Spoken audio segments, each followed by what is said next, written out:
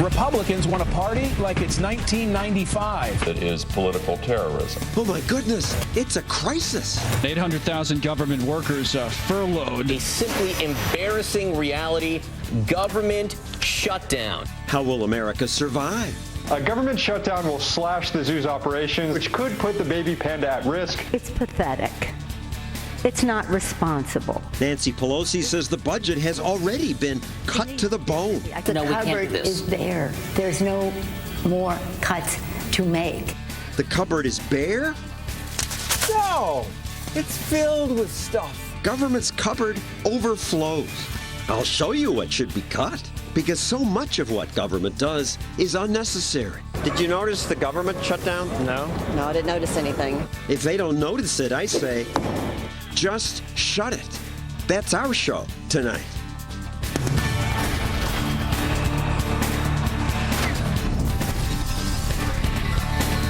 And now, John Stossel. Just shut it? That's a rude idea, or so people tell me, but my hope is that this current partial shutdown, most of the government continues to operate. My hope is that this pause in some government spending will be a teaching moment. More people, even some politicians, might realize, hey, we don't need all this stuff. And given that America's going broke, we ought to cut some of it now, permanently. I'm probably deluding myself, given what I read in the media and hear from most politicians, but not from Senator Mike Lee. Senator, you say you kickstarted the defund Obamacare movement, which led to the shutdown, and you're proud of it. You don't think this partial shutdown is a bad thing? What I'm saying is that I think it's unfortunate that we had to get to a shutdown in the first place. We should never be in a position where we're told you have to fund all of government in order to fund any of government. It shouldn't be an all or nothing proposition. Historically, it hasn't been. Historically, we've taken each segment of the federal budget, each segment of federal spending, and we voted on that independently. But for the last 4.5 years, we've been operating on the basis of continuing resolutions, which is an all or nothing funding proposition to keep our $3.7 trillion government running. And what I'm saying is it makes no sense to do things that way, especially at a time when we're expanding government even further by adding programs like Obamacare, which is hurting Americans and their ability to get jobs and maintain health insurance. All right, but I don't really want to talk about the procedure tonight. Do you think this might be a teaching moment? People might wake up and say, gee, $3.7 trillion? Do we need to spend all that? Yeah, it's a legitimate question. When we look at the fact that we have nearly a quarter out of every dollar that moves through the American economy being taken up by our federal government, that's kind of a problem. It's a really big problem when you've got people working months out of each year just to pay their federal taxes, to say nothing of their state and local tax burdens. That's a problem, too. When government becomes this much of a part of this many people's lives, we have good reason to worry about that, and it ought to be an opportunity for us to re-examine the kind of government we really want. Now, you Republicans are being trashed. I think Bernie Goldberg later in this program is going to echo it, saying there's no strategy. You can't get rid of the Affordable Care Act. It's been passed. The president says it's a law that's passed. The Supreme Court ruled it constitutional. It's settled. It's here to stay.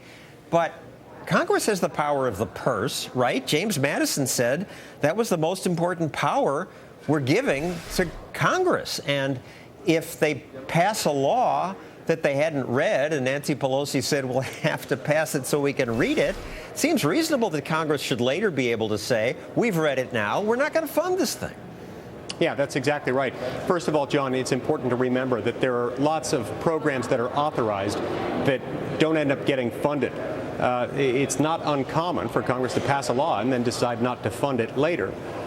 It's also important to remember when the president and others say, look, this is the law, so we have to follow it, so we have to fund it, that ignores the fact that the president's refusing to follow the law. It ignores the fact that the president has repeatedly rewritten the law without any statutory or constitutional authority to do that. As to the Supreme Court upholding it, the Supreme Court had to rewrite the law twice in order to make it constitutional. All right, but he may win in the end because most of the media oppose shrinking government and they search out anything that's noticeable during this shutdown and hype it. How would a shutdown impact you? All national parks and museums, even the National Zoo, would close. The Statue of Liberty will have a closed sign. The last time that happened, it was because of a hurricane. This time it's happening because of Republican ideology. About a month ago, a baby panda was born at the National Zoo. A government shutdown will slash the zoo's operations, which could put the baby panda at risk. So many in the media do oppose any effort to shrink or control the growth of government. Fortunately, there are a few exceptions, and I'm happy with the fact that you're helping us have this conversation with the American people. But the American people overall understand one thing fairly clearly, which is that Obamacare is putting them into a grave state of uncertainty with regard to their job security. And so I have to ask the question, how many more Americans will have to lose their jobs or have their hours cut or their wages slashed or lose access to health insurance, as 20,000 Home Depot employees recently did, before Congress will step in and act to protect them from this harmful law? All right, moving on to the coming budget battle. Here's one thing I think is valid criticism from someone who is usually totally wrong. They act like they're really bold people. They're going to cut this government. But you know what? They're chicken hawks. This is the government. Most of it goes to defense, Medicaid, and Social Security. These big, tough guys have not put any of those items on the table. So, you big, tough guy, I think he has a point. This is all the talk's discretionary spending. Okay, look, it's important that we emphasize here that in Obamacare we have an enormous amount of new entitlement spending, mandatory spending, that's about to kick in. And so this is another increase, another turn in the one-way ratchet of expanding government that's about to kick in on January 1st. That's exactly what we're trying to prevent, is expanding our entitlement state that already many are saying is unsustainable as it is, even before we get to Obamacare. So the least we can do to protect the American people right now is to protect them from more expansion of more government that we can't afford. Thank you, Senator Lee. Now, I'm told shutting down government's terrible for the economy, just terrible. Simply not paying government workers chops something off GDP. President Obama said government workers are the customers of every business in this country. And the loss sounds enormous when you listen to him in the media, but economist Ben Powell says the opposite is true. The shutdown could be good for America. First of all, let's just get some perspective here. If McDonald's laid off 40% of non-food production workers, closed a few drive-up lanes, and stopped putting the toys in the Happy Meals, we wouldn't say McDonald's shut down. So the U.S. government hasn't shut down. When people get their paychecks today and tomorrow, they're still going to see that the IRS is stealing some of their wages. I got frisked on my way here to see you today by the TSA. The NSA is probably still listening to our phone calls, and somewhere in another part of the world at this very moment, someone's in the United States military's crosshairs. This is hardly a shutdown. That said, it is a step in that direction, and I think it's a good step in that direction, especially as the public realizes that, gee, their life really didn't change that much. Maybe we could make this shutdown permanent. President Obama said we need to do this for the person working for the Agriculture Department, helping farmers make a modest profit. No. This is something that the government shouldn't be doing in the first place. Now, farmers can make a profit without the Agriculture Department? Farmers should be able to make a profit without the Agricultural Department. Otherwise, they shouldn't be farmers. So the short term, of course, people are going to have adjustment problems to it. But if the government permanently got out of this line of business, people would adjust and they would rely on themselves and their fellow Americans through voluntary transactions, not the government, to get things done. And yet, last time the government shut down, both parties seemed to agree it was a terrible thing. Never, ever shut the federal government down again. They applauded. Of course the government doesn't like a government shutdown, because some of us start to realize that these busybodies and petty tyrants in Washington, D.C. aren't necessary for our daily lives. The longer that this continues to go on, the more Americans will wake up to that fact. And of course that's bad for both Republicans and Democrats. And the stock market last time did fine. This time there hasn't been a crash.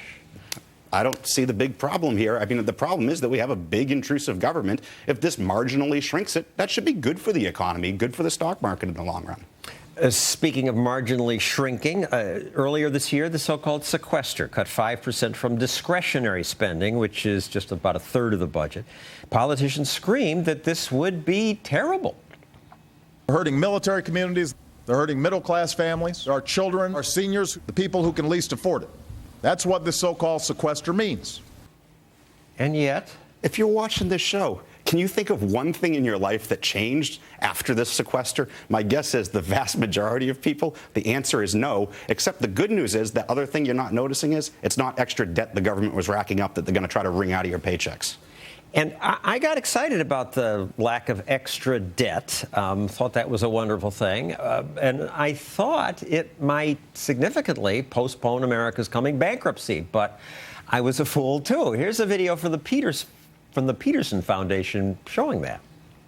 When economists make projections about what our debt will look like over the next few decades, we are clearly heading toward a crisis.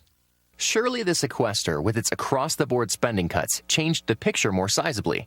And again, it seems only to have bought us a little more time. In the big picture, the sequester barely makes any difference at all. It delays bankruptcy, but just a little. Yeah, no, we need to make much bigger fundamental cuts. And the politicians, you've already played a clip of Pelosi going nuts about saying there's nothing left to cut. No, there's plenty left to cut. To entirely eliminate the government deficit would mean returning to a budget in real terms that's about the size that it was when Bill Clinton left office. This is hardly an error of small government.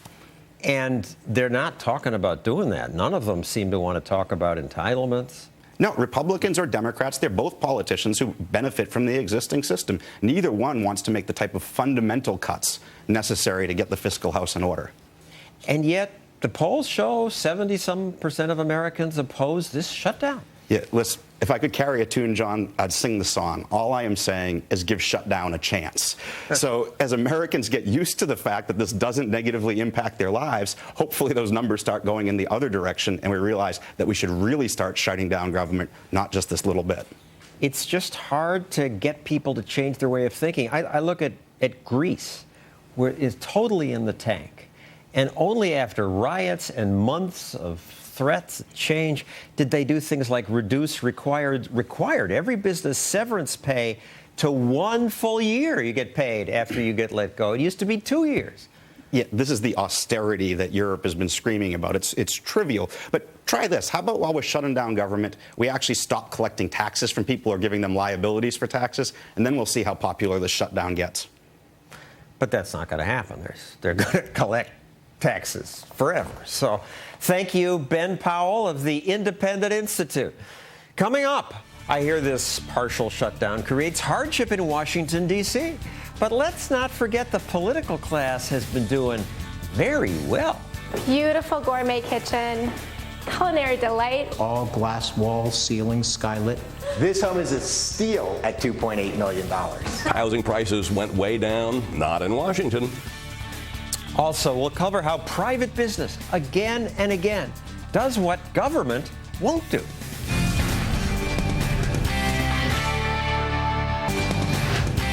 What's an essential government worker? Any job's essential. Every job is essential. Every job's essential. They got 4 million some workers. They're all essential? Yeah. Most of them. Yeah, absolutely. Their jobs are very important to them. I was stunned when several people told me every government job is essential, even if it's not needed, because it's essential to that worker. So the government shutdown, a partial shutdown, is a tragedy because it takes jobs away from people.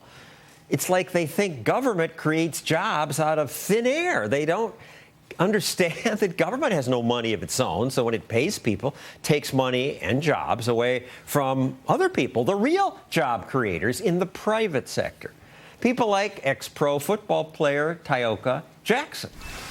So, okay, it's not clear to me how you were creating jobs when you were a defensive end, tackling people, but it's possible. It is more clear to me now that you're a business owner because you employ 150 people. And big difference between government and the private sector? Yeah, it appears to be, right? You know, in the private sector, we have to produce every day, and it goes to our bottom line, and we're dealing with our own money. It appears to me that, you know, we got a bunch of people here in D.C. playing, you know, high-stakes poker with other people's money, and that's a little scary to me. And I should make it clear, you run two IHOP restaurants, and in football, you lost a couple jobs. Sure. You didn't feel you were entitled to the job. No. And you learn from that. Yeah, that's what makes sports great, football in particular. It's life lessons that you learn every day. I was cut twice and had to have a real self-assessment conversation in the mirror with myself, and had to say, I got to get better if I want to keep doing what I'm doing. And again, these are these lessons that I transfer to the business world. It's every day, ongoing skill development. Either you're getting better or you're getting worse, and you see it every day in the bottom line. And you sometimes have to fire an employee. Sure. Well, and this is what we tell people. I've never fired anyone. They fire themselves. The job description is what it is, and I hired you because I think you can do it. But if you decide through your actions and lack thereof that you don't deserve to be here anymore, then you've made that decision for me. And some of those people go on to other jobs where they're more suited and happier and work better. This is the creative destruction that makes capitalism work. And Sure. you look at the private sector, all the companies that announce job cuts. Hewlett-Packard, 29,000 workers. J.P. Morgan, 17,000. Merck, 16,000. Siemens, 15,000. And so on. This goes on all the time. It's not a big news story. But if government cuts anybody, which they almost never do, somehow that's a crisis? Well, obviously you never want to see people lose their livelihood. But, in the real world, in the private sector, we're competing. We've got competitors. So we have to win. We have to stay lean in some situations. I don't see that the federal government's competing against anyone. So getting lean is not necessarily a mandate of theirs, if you get what I'm saying. And government has use it or lose it budgets. So sometimes at the end of the year, if they still have something, they just waste it. Yeah, and I wouldn't say that's unique to any party. Right. I've been on this earth for 41 years now, and it seems like government, it tends to be that way. And that's a little unfortunate because, again, they're playing with our money. So, I look at it that way. Now, this week, I and others in my office tried to sign up for Obamacare. Most of us wouldn't be eligible, but we wanted to see what the experience was like. None of us could even get through. We got an error message, or the page just did not load. President Obama responded to complaints about that with a government-business comparison. Consider that just a couple of weeks ago, Apple rolled out a new mobile operating system. And within days, they found a glitch, so they fixed it. I don't remember anybody suggesting Apple should stop selling iPhones or iPads. But there's a difference, because the iPhone and the iPad, they still work. They have a minor glitch.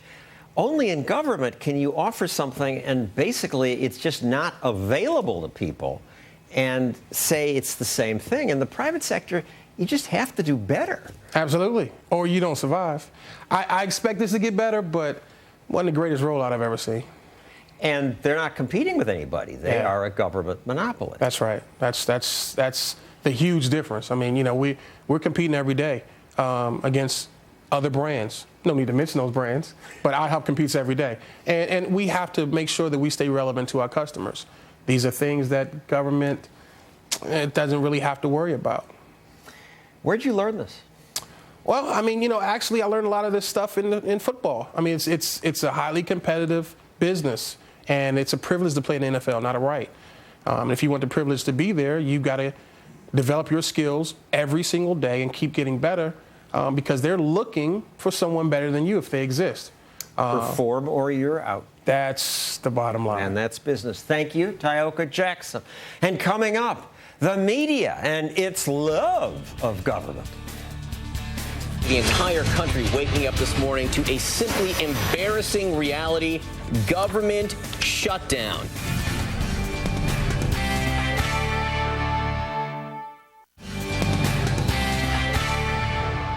Did you notice that the government shut down? I did. What'd you notice? Well, I noticed it when I saw it on TV, but I didn't notice it in any of my activities today. That's what everyone I asked said, except for a few tourists who were unhappy because the Statue of Liberty was closed. And why is it closed? Can't people just go there and look at it? It wasn't closed last government shutdown. I suspect this is more shutdown theater. The current partial shutdown isn't a crisis, not to me. Most of us won't miss the 1,000 furloughed employees at the National Labor Relations Board. Good riddance. Now they can't forbid Boeing to build a factory in South Carolina. I don't miss the 1,000 intrusive bureaucrats at the EEOC who do things like sue Hooters for not employing more men. I'm thrilled that, temporarily at least, fewer government workers are able to cripple the economy. Maybe this will be a teaching moment that'll wake people up to the benefit of less government. But it's going to be tough because the media love big government. They tell us the shutdown threatens our fragile economy and that there's nothing partisan about trashing selfish extremists who shut down our government. Some people say the media simply hate Republicans, and it's true that they have a slobbering love affair with Barack Obama. That's the title of media critic Bernie Goldberg's last book. But Bernie, I think the media have a bigger love affair with government. Yes, I think, and that was a very interesting lead-in, by the way. Nice writing. Thank you. Yeah, here's the thing. Liberals in general like big government. They have more confidence in big government than you or I do. And liberals in the media are basically the same as liberals in general. They have the same values, the same priorities. So, yes, you're right. Liberals in the media do love big government. But I would also add the media in general, because it's easy to cover central planning. There's one place you go to cover it. To cover the spontaneous order of the marketplace is much harder. It's happening everywhere. Right. And here's what's easy to cover in a shutdown. You do the predictable, cliche, mandatory stories about how Yosemite is closed and how the Panda Cam has been taken offline. OK, we knew they were going to do that, and they didn't disappoint us. But here's the much bigger, much more important behind-the-scenes story that the mainstream media, but I'm talking mostly about television, isn't covering. And that is, why is President Obama being so obstinate? Why is he being so uncompromising? And I personally think it's because he is the one who wants to shut down. I think he is the one who is rooting for chaos. He is the one who understands that it will be Republicans, according to all the polls, who will get the lion's share of the blame, and that this is his only way, his only hope of winning the House in 2014. And then he can fulfill his campaign promise, and these are his words, not mine, to fundamentally transform the United States of America. Now, those are my opinions, John. Maybe I'm right. But I don't hear wrong. any reporting on it. That's true. And I also don't hear much reporting on how Congress exempted itself from Obamacare. That's my point. That's my point. So they'll do the easy story about Yosemite and the Smithsonian being shut down and about the family that's disappointed.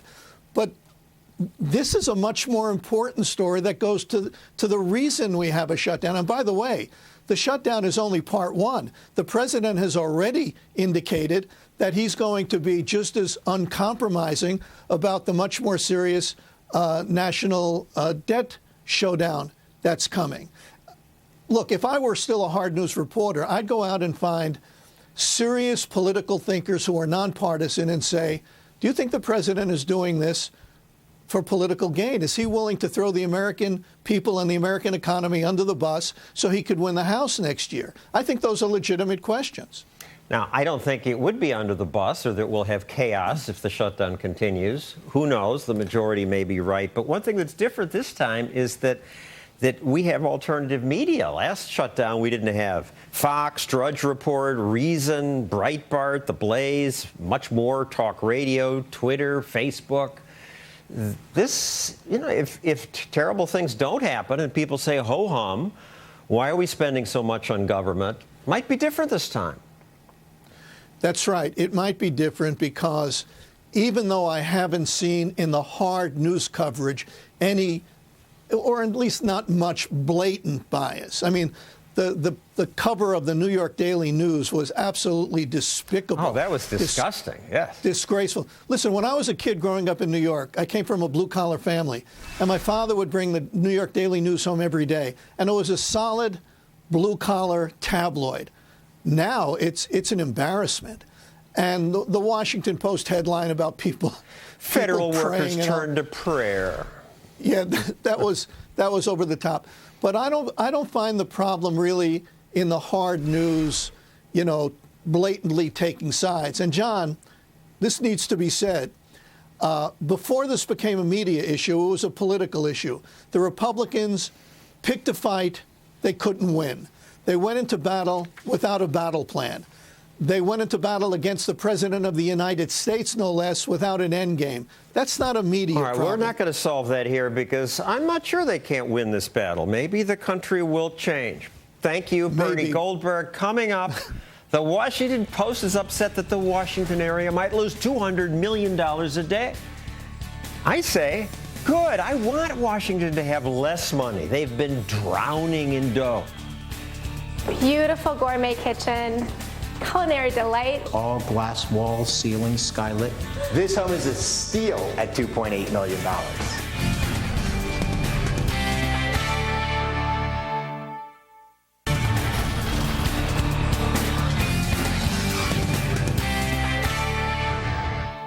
The crisis continues. Some of Washington is shut down, and politicians say the cupboard is bare. That's why they cannot negotiate. No, we can't do this. The cupboard is there. There's no more cuts to make. More cuts to make. Washington must be broke. Not that you notice if you go there and look around. Consider where they work. The architecture's grand. Many office buildings resemble palaces. It's very much like Versailles before the French Revolution. The whole French nobility, they spent their lives in Versailles, and they didn't know much about what went on outside that world. And that's what happens in Washington. Versailles, is that a harsh comparison? Not really, says David Bose of the Cato Institute. You work in Washington. It is Versailles-like. It's great. It's getting richer all the time. If you bought a house there a little while ago, then you've been able to ride it up. And the great thing in Washington was prices didn't decline when there was a recession in the rest of the country. Jobs are still there. People make a lot of money. 4 out of the 5 richest counties in America are now in the D.C. region. And while the median income for America dropped about 6% over the last 12 years, it rose 23% in D.C. That is an incredible number. And you can quibble about income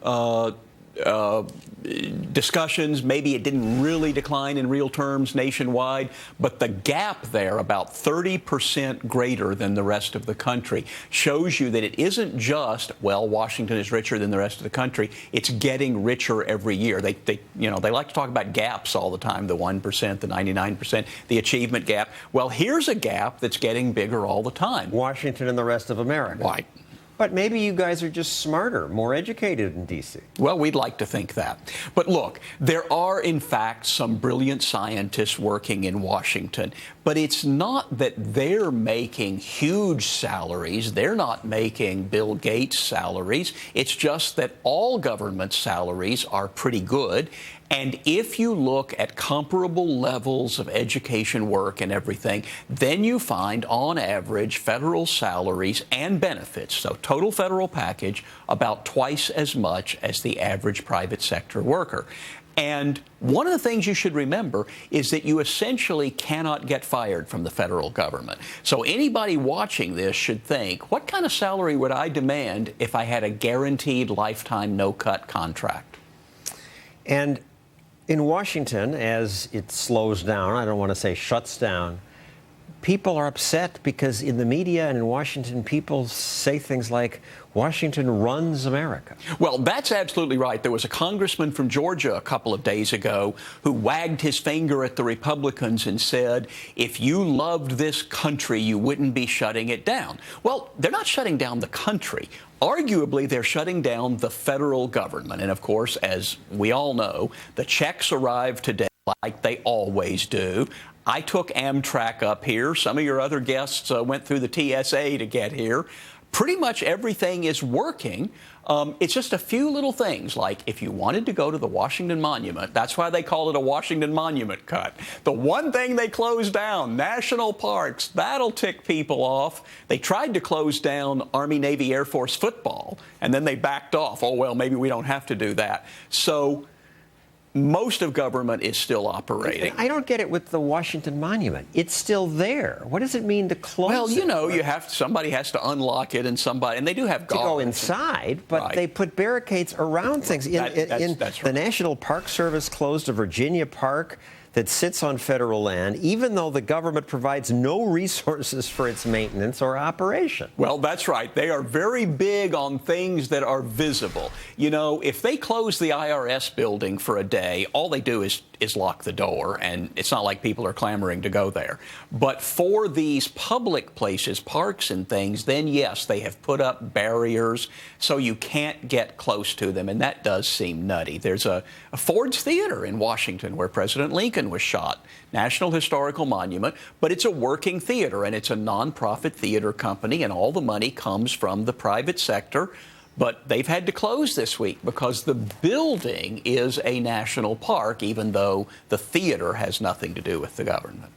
And one thing you guys at Cato do is point out that it's not politicians who run America. It's free people everywhere, and the cars are designed in Michigan and Tennessee, and the computers in California, and so on. And that's the stuff of life. Well, that's right. And that's what runs America. The reason we all have big screen televisions and fashionable clothes and bigger houses every year, at least until the recession, and better computers, and just the fact that we get a sandwich every day at lunch, all of that is done by people in the private sector working for profit, working in their own interest, and as I guess you're talking about on this show, being impeded by government, not particularly being helped by government. So the idea that in shutting down the federal government, you've shut down the country is just nuts. I'm sure in most of the country, they don't know there's a government shutdown. Except the media tells them. Thank you, David Bose. Coming up, you heard Congresswoman Nancy Pelosi say there's nothing to cut out of the budget. The cupboard's bare. Well, I'll go through Nancy's cupboard. Let's see what's in there. There's lots of stuff to cut. Cut more. We don't need all this. The cupboard is very full.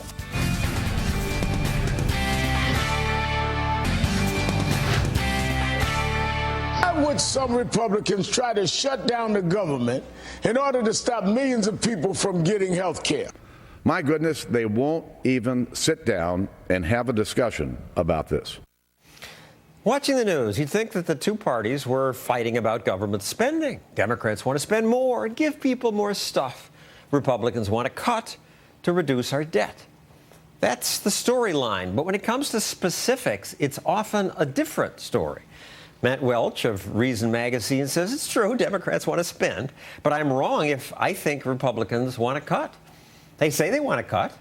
Yeah, but they never say what they're going to cut. That is the thing. Since Republican leadership, since George W. Bush all the way through Mitt Romney, they've been running and campaigning against specific spending cuts, not for specific spending cuts. Compassionate conservatism was all about boosting the Department of Education, creating Medicare Part D, the biggest entitlement since Lyndon Johnson. Mitt Romney never, ever said what he was going to cut. He wouldn't even admit it to... Even in an off-the-record fundraiser, he still said, I can't tell you what. He firmly believes, like Karl Rove, like the Republican establishment for a long time now, that if you mention what you're going to cut, then you will lose the election. That's why Mitt Romney thought he lost his first election to Teddy Kennedy. And so they're terrified. Karl Rove, this January, after the fiscal cliff deal, said, up to the sequestration deal, he said Republicans should only back cuts that Barack Obama has already previously backed himself. That way we could say it's Barack Obama's fault. That is where the Republican leadership has been at for 14 years. Because while a lot of people benefit from cuts, none of them really care about an individual cut, but the person who gets cut will fight you to the death. Yes, which is a specific problem. But also, I think Republicans have lost the feeling that the kind of moral argument for making people freer and making all of us more prosperous by getting the government off our backs and by spending less money in Washington. That was a project that Democrats and Republicans were part of in the 1970s and Republicans in the 1980s. But now they feel like if they argue that, they'll lose election. They don't really believe it anymore. John Boehner did give a telling answer when he was asked about cuts. He became Speaker of the House because the Tea Party wanted the deficit reduced and voted in Republicans. Brian Williams then asked him this. Do you consider the defense budget sacred? Do you consider the department? Absolutely not. Do you consider the Homeland Security budget sacred? No. What goes?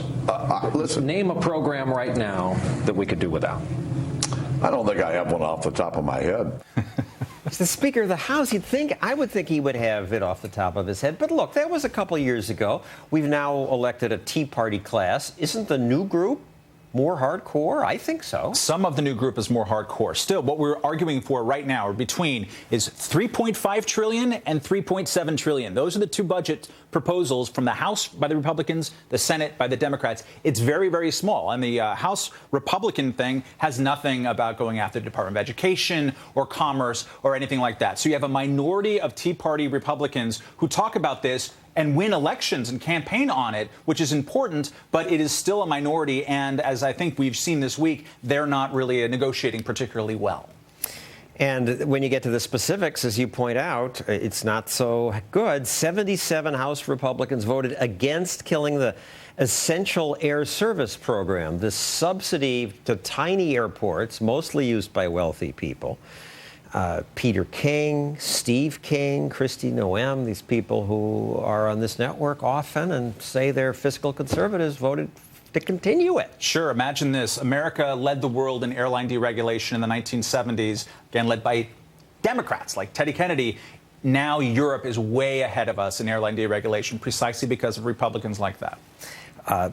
There was an amendment that would have phased out sugar subsidies. They are awful. They hurt so many people, help a couple rich sugar growers. 16 Senate Republicans, including Marco Rubio, vote against it. Of course. If Republicans really wanted to make a moral argument against welfare, against the state giving money to people and to distort the market, the first thing that they would target would be agricultural subsidies, subsidies from you and I to Archer Daniels Midland. They won't. Instead, they'll talk about food stamps instead. So they don't like welfare when it goes to poor people. They seem to like it when it goes to rich people. And that's terrible politics and terrible policy.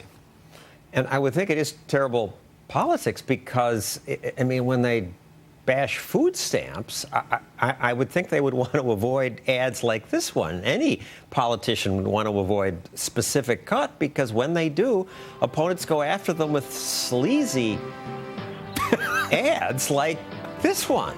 I mean, misleading ads. It's the person behind the wheelchair pushing Granny off the cliff was meant to resemble Congressman Ryan.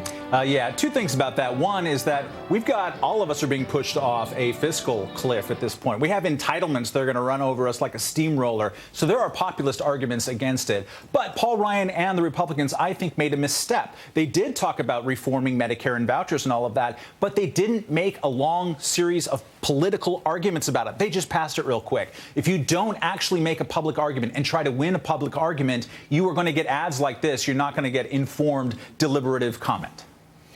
Thank you, Matt Welch. Coming up, I'll go through Nancy Pelosi's cupboard. She says it's bare, but I found trillions of dollars. Much of it is spent on junk.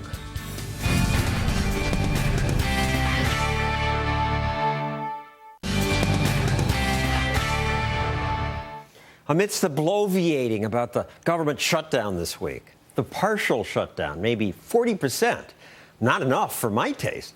Anyway, among all the politicians ranting, one soundbite stood out. CNN's Candy Crowley asked Nancy Pelosi why Democrats won't negotiate. Here's Pelosi's response.